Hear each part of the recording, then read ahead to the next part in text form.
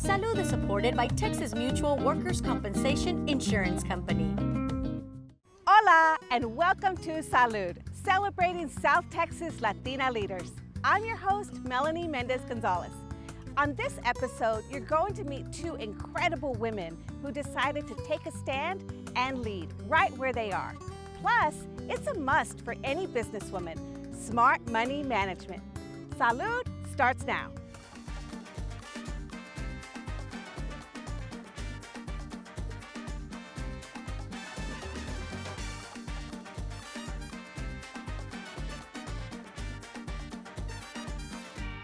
There are women who lead as a choice, part of a long-term plan, but that's not the case for our first guest. Before May of 2022, Kimberly Mata-Rubio was a working mom, focused on everyday activities. But on May 24th, a shooter took the life of her daughter, 10-year-old Alexandria Lexi Rubio, at Robb Elementary School in Uvalde, Texas. That tragedy turned this quiet mother into an outspoken advocate and leader for gun control laws. Go, Lexi! My name is Kimberly Rubio, and I'm Lexi's mom. I am a former journalist. I'm a runner. I am an advocate. It's 10:30 a.m. at Robb Elementary in Uvalde. I don't know if I ever made a conscious decision to enter the gun violence prevention space, but I knew that I couldn't sit with my pain. I needed to turn that into purpose. I want Lexi to be remembered, and I want her to be remembered in a way that I feel she would want.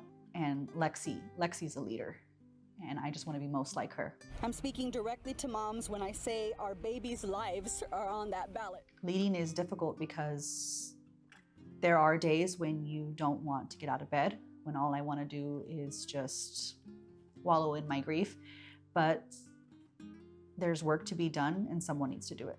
Lexi's legacy is my greatest responsibility, and I am determined to make change in her name. I want her to be remembered for more than just the tragedy, more than just the way that she died, but the life she lived and the life she could have had. Before May 24th, 2022, I was a small town girl. I was a mom of 5, and I was content with a small life. I thought my greatest contribution to this world would be the children that I raised. And since Lexi's passing, I have decided to turn my pain into purpose. And that means for me working in the gun violence prevention space at the federal level, at the state level, and also fighting for transparency and accountability here at the local level. I think most Americans, and this also includes Texans, are tired. We're tired of the gun violence. We want change, but for some reason there's a disconnect with our leaders, if you'll call them that, and they're resistant to change. And when we visited the Capitol, we were there almost every week during last legislative session demanding change. And what I've come to realize is I want to share Lexi's story to change hearts, to change minds. But if they won't change, then I think the answer is just to vote them out of office and replace them with those that are willing to do the work.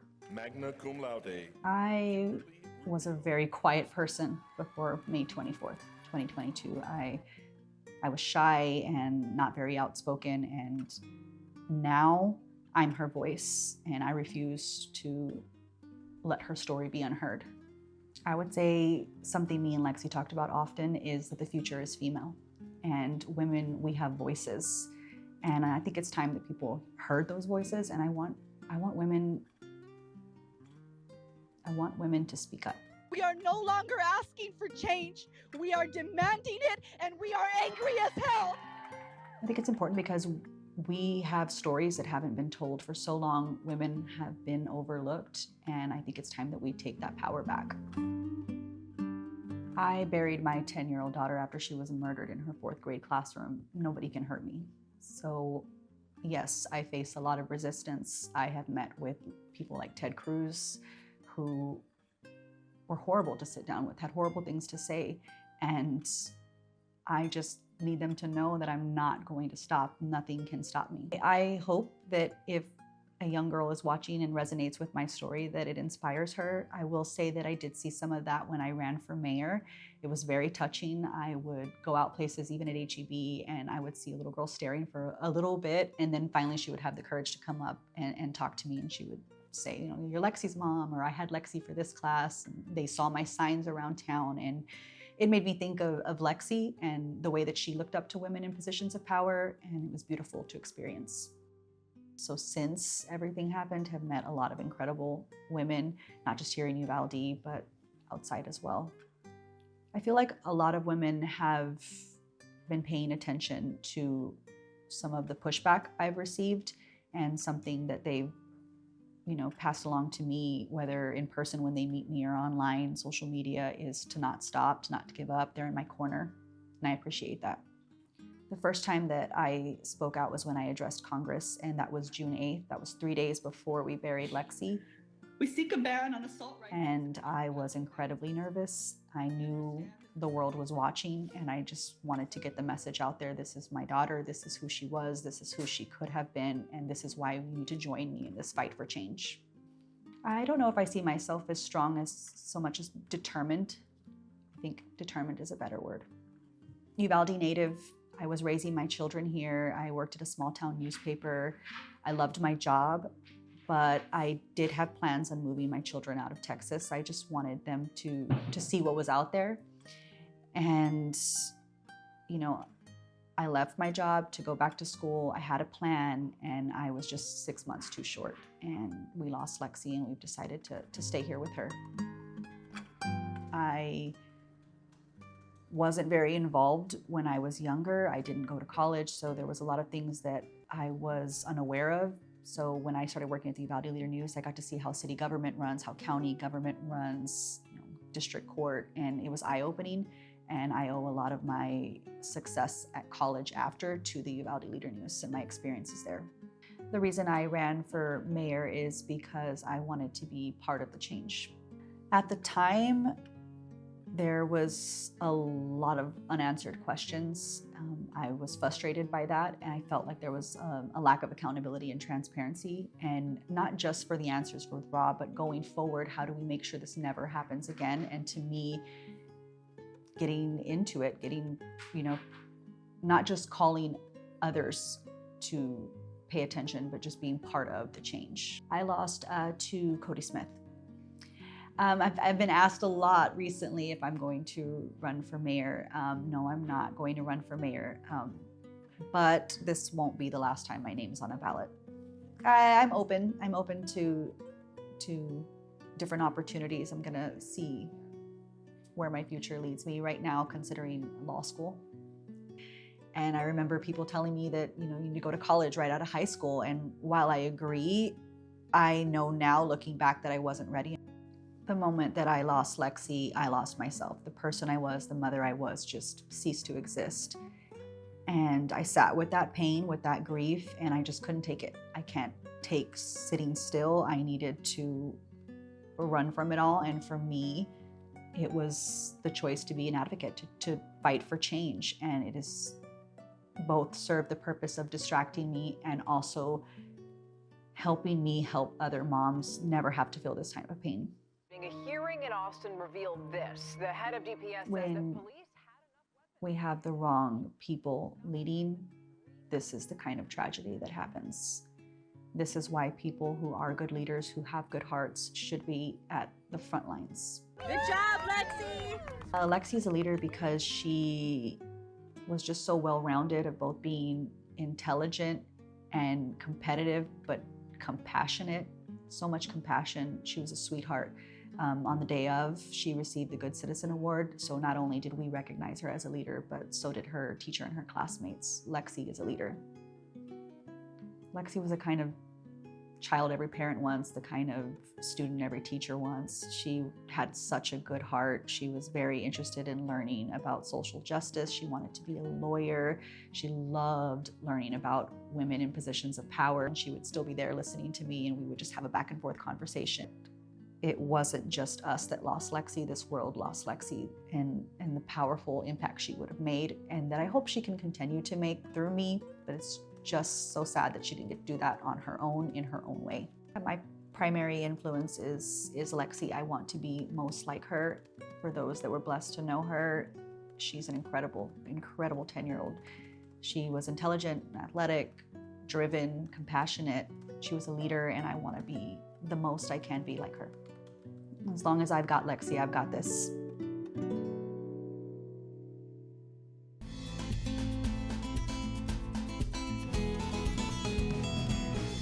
Kimberly, thank you for sharing your story with us.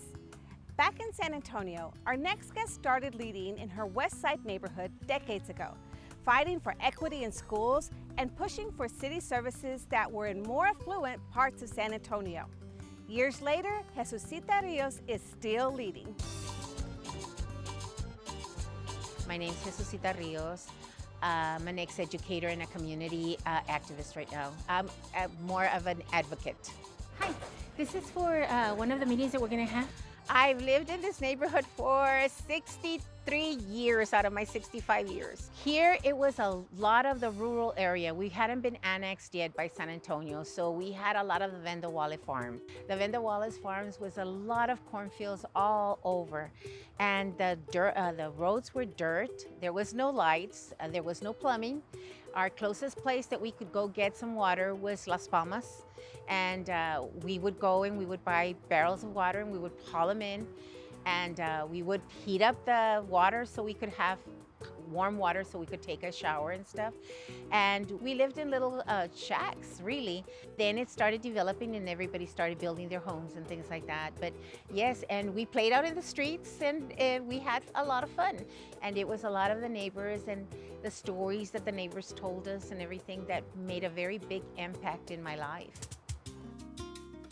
I have never really seen myself as a leader in the community. I see myself more as someone that advocates for the needs of the community, or that brings to light some of the things we need, some of the items we've done without that we need progression on.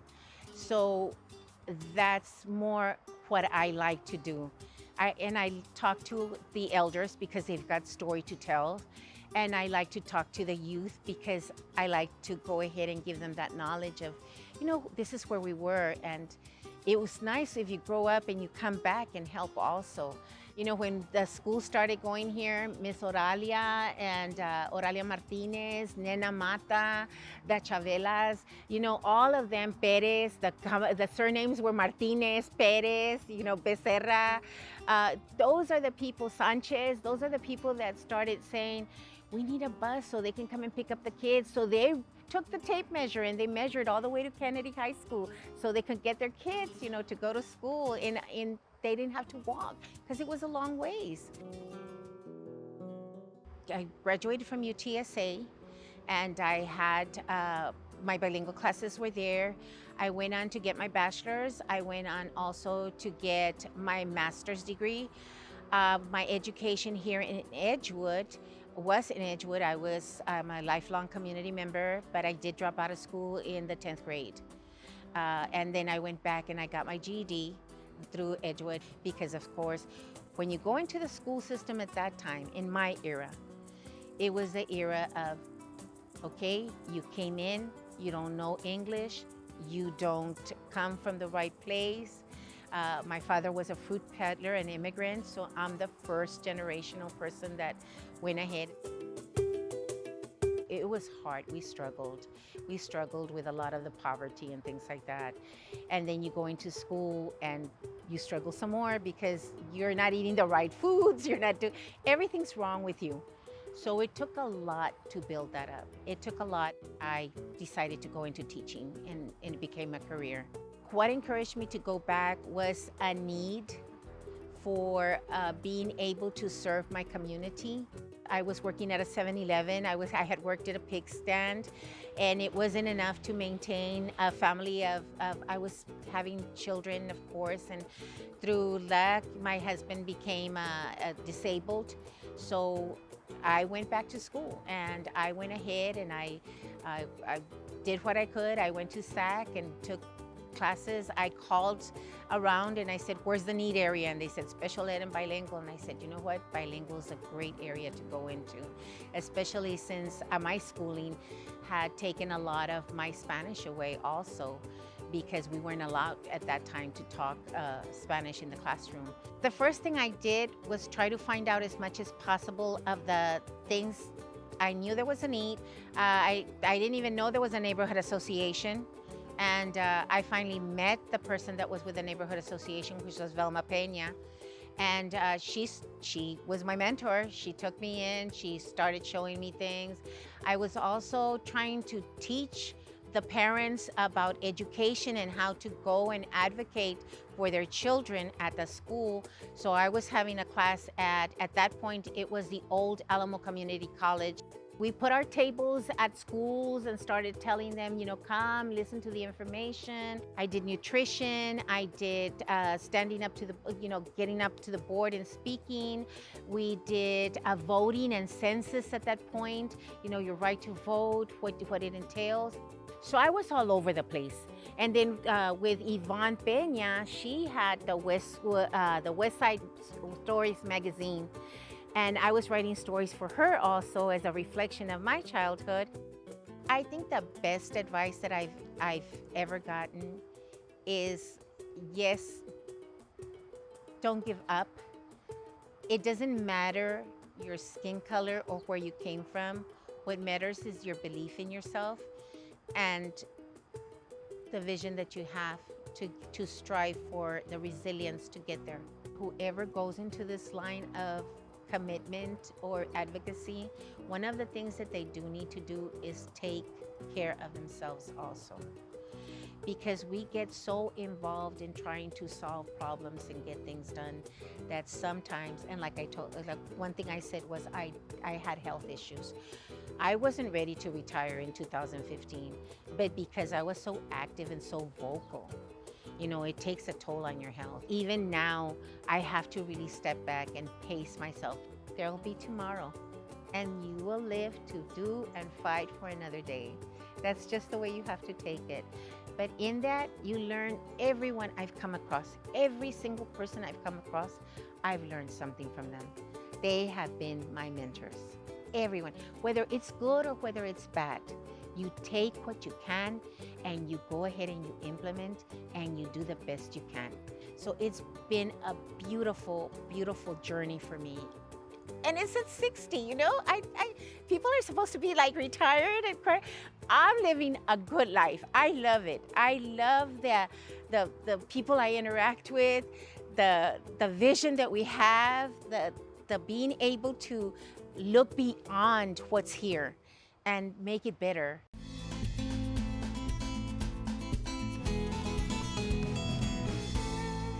Learning to lead, running a business, developing and growing your talent all take a certain set of skills. But there is one other skill that every successful woman needs to know, and that is handling money. Let's get some sound advice as Jessie Degollado talks with financial expert Yvette Barrera.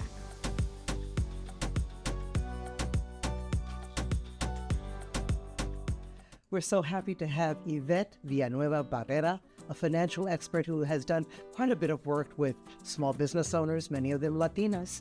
So let me ask you, as far as getting started, would you say that not knowing how much they're going to need to get started, is that one of the first mistakes that a Latina can make when they have this great idea but maybe have no idea how much it's going to cost? Yeah, I think that they sometimes they think maybe it will cost them a little bit more to start a business. Maybe it'll cost them a little bit less. And I think it's really about finding out what your niche is that you're trying to start and then doing some just research. Get on the internet, figure out what niche you're trying to break into and Google and see how much money it would take. For example, the lady that started the business I work for, Texas Financial Advisory, we're in a wealth management firm, and I can imagine that you would think it would cost hundreds of thousands of dollars to start, but she actually just started with $12,000. She started by doing a seminar, got her foot in the door, and now we're here 16 years later. So I think it's really just kind of understanding what kind of business you want to start and then doing the research to find out how much money that business would require you to start it. But don't you think it would be wise also, I'm sure you do, to get some advice, though, about how to go about forecasting? Okay, how much is it going to cost for my supplies? How much is it going to cost for my payroll? How much, the basics, keeping Uncle Sam happy. Yeah, Uncle Taxes. Sam. Yeah. All of that isn't, where can women find that kind of resource? Is it solely online? Because I know when I go online, I sometimes would prefer to talk to a real person. Yeah, I think it's about finding whatever niche you're going to go in. Go speak to some of those professionals that have done it. Go speak to some, if you want to be a financial advisor, for example, since that's where I am, go and talk to some of those people. Find out what are the things that they've had to do to start their business. There are lots of things that people don't take into consideration. Quarterly taxes that once you own your own business, you need to pay because Uncle Sam likes his money. The other part of that is, how do I set up my business? Does it need to be an LLC, a sole proprietorship, lots of different business. But I think it's about you finding the right tribe, if you will, right? Go speak to an attorney that could give you advice about what kind of business you're going to set up. A financial advisor to talk about how are we going to pay the taxes? How can I save for myself? And I think it's just finding a mentor too in that industry that you want to be in, so they can help you, because we have so much opportunity these days that people have already charted those courses where you can skip a lot of the failing because somebody can help walk you through that business. And I think that's really important, that women look for other women that want to help them succeed, because unfortunately, this whole competitive, I got to win, I got to be the best. It's great, but I think at the end of the day, that really needs to be that you're competing with yourself. Find other women who have walked those paths. Find people that want to empower you, because we can all win together if we just help each other. And we come from a community that we are always thinking about our family. We're always thinking forward. And I think it's so important with how many Latinas are making differences in the city, that we just team up together, because we can bring so many more young women into places of power and leadership if we just join forces together. Some women are hesitant to go to a bank to ask for money. It's very intimidating. The bank, I'm sure, will first say, "Can I see your business plan?" I don't have one. And again, that is also intimidating. Is there a way to simplify the way of finding and getting the money that you need to be successful? It's kind of tough. There's not a yes or a no, right? It just depends on what kind of business you are trying to start. And again, I think there's so many resources out there. I know a couple that started a business out in Bernie, and they actually utilized UTSA's entrepreneurial program that helped them write a business plan. Because I would imagine in a city like San Antonio, and Latinas are in business everywhere, almost on every street corner you see there's a business owned by a Latina. So I would imagine that the Hispanic Chamber of Commerce, for instance, that would be a good place to network. I think if women learn the secret of networking, as you say, find your tribe, and that's where they can also meet those people who've been there, done that, and won't do that again. Yeah. So would you suggest again, get out there, get out there. Sign up with your chamber. Find the Hispanic chambers of commerce to join. Go find some nonprofits that you can get involved with, so that you can meet the right people that can help you on your venture. I think sometimes women feel like they have to do it all alone, and you don't. There's so many resources out there. There are so many people that want to help. And I think it's just, you have to just be brave enough to take that first step and say, hey, this is what I want for myself. This is what I want for my family. And I'm going to go get involved in something. That has a lot to do with it. Again, you believe in what you're doing. Yep. Or want to do. And so you have to find that courage to take on that risk. Yeah. Because that's what it is. It's a risk. Last piece of advice. What if you get conflicting advice? One person says this, the other person says that. Okay, now what do I do? The best piece of advice I could say is listen to your gut. Your intuition tells you, yes, you should walk a certain way, and or you need to stay away. I'm a big believer in listening to the man upstairs, and he tells you when you should walk into a door and when you should close a door. So I would just say listen to your gut and just find your people. Trust and believe. Yes, absolutely. Thank you, Yvette Villanueva Barrera. Thank you so much for joining us. The advice that you gave, I think, is going to be very worthwhile to those watching. Thank you for having me.